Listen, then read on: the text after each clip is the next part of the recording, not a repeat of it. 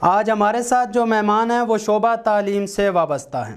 Crisis کے اس دور میں وہ بچوں کو تعلیم مہیا کرنے کے لیے کوشاں ہیں اور ریڈر کالج کے پرنسپل کے فرائض سر انجام دے رہے ہیں۔ آج ہمارے ساتھ موجود ہیں جناب عمر فاروق گھمن صاحب۔ السلام علیکم سر۔ وعلیکم السلام جی، الحمدللہ، اللہ کا شکر۔ اچھا سر، اگر ہم موجودہ حالات دیکھیں تو جہاں پہ کرونا نے ملک کے ہر شعبے کو متاثر کیا، وہیں پہ تعلیمی جو ادارے ہیں ان کو بہت زیادہ متاثر کیا، تو آپ مجھے یہ بتائیے گا کہ اس جو حالات ہیں اور اس کنڈیشن میں جو آپ کے تعلیمی ادارے ہیں یہ سروائیو کیسے کر رہے ہیں؟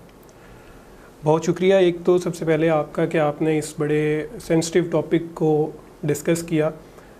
موجودہ حالات میں جہاں پہ پورا پاکستان، پوری دنیا ان حالات سے گزر رہی ہے، اس پینڈیمک کو فیس کر رہی ہے، وہاں پہ تعلیمی ادارے میرا خیال ہے سب سے زیادہ اس پینڈیمک سے افیکٹ ہوئے ہیں۔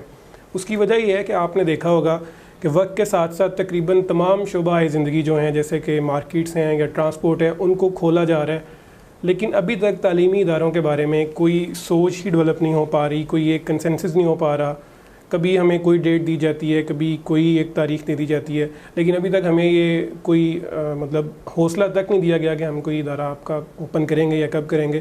تو موجودہ حالات میں بالکل تعلیمی اداروں کا بہت زیادہ نقصان بھی ہو رہا ہے، طالب علموں کا بہت زیادہ نقصان ہو رہا ہے، اور خاص طور پہ اس میں جو طبقہ پس رہا ہے وہ پرائیویٹ سیکٹر ہے۔ بالکل۔ گورنمنٹ سیکٹر آپ کو پتہ ہے ان کی سیلریز بھی آ رہی ہیں، ان کے باقی معاملات بھی بالکل ٹھیک ہیں، اور ویسے بھی اگر دیکھا جائے تو یہ جو 3 مہینے ہیں یہ ان کو ویسے ہی چھٹیاں وہ گزارتے ہیں، لیکن پرائیویٹ سیکٹر نے اس ٹائم پیریڈ میں اپنے ایڈمیشنز بھی کرنے ہوتے ہیں، اس ٹائم پیریڈ پہ انہوں نے بچوں کو آگے ایڈوانس ایجوکیشن کی طرف بھی لے کے جانا ہوتا ہے،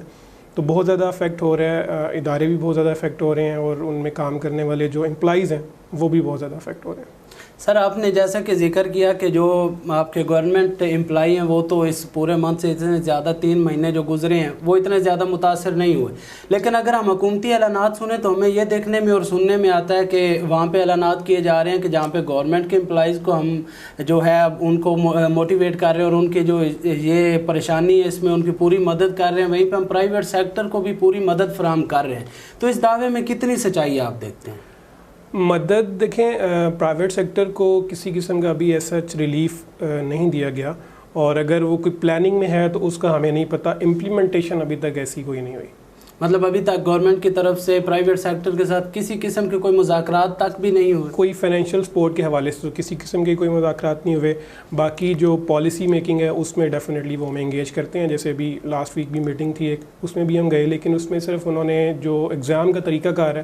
یا بچوں کو آن لائن کیسے پڑھانا ہے اس طریقہ کار کو ڈسکس کیا۔ فائنینشیل سپورٹ جو کہ آج کل ہمارا سب سے بڑا کرائسس ہے اس کو کسی نے بھی ایڈریس نہیں کیا۔ اچھا سر، موجودہ حالات میں پرائیویٹ جو ایجوکیشنل انسٹیٹیوٹ ہیں ان کو بند تو کیا نہیں جا سکتا، ظاہری سی بات ہے کہ وہ جس طرح ان کی جو SOPs ہیں ان کے تحت وہ چلانے کی کوشش کی جا رہی ہے، تو آپ نے اس حوالے سے کیا اقدامات کیے ہیں کہ آپ جو پرائیویٹ آپ کے ایجوکیشنل سیکٹر ہے اس کی بحالی جو ہے وہ جاری رہے؟